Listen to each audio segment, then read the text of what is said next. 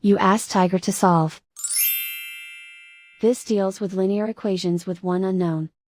The final result is x equals 5. Let's solve it step by step. Simplify the expression. Group like terms. Simplify the arithmetic.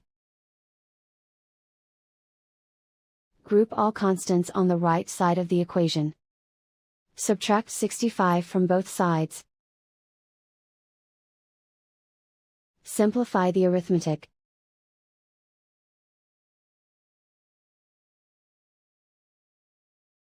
Isolate the x. Divide both sides by 23. Simplify the fraction. Find the greatest common factor of the numerator and denominator. Factor out and cancel the greatest common factor. And so the final result is x equals 5.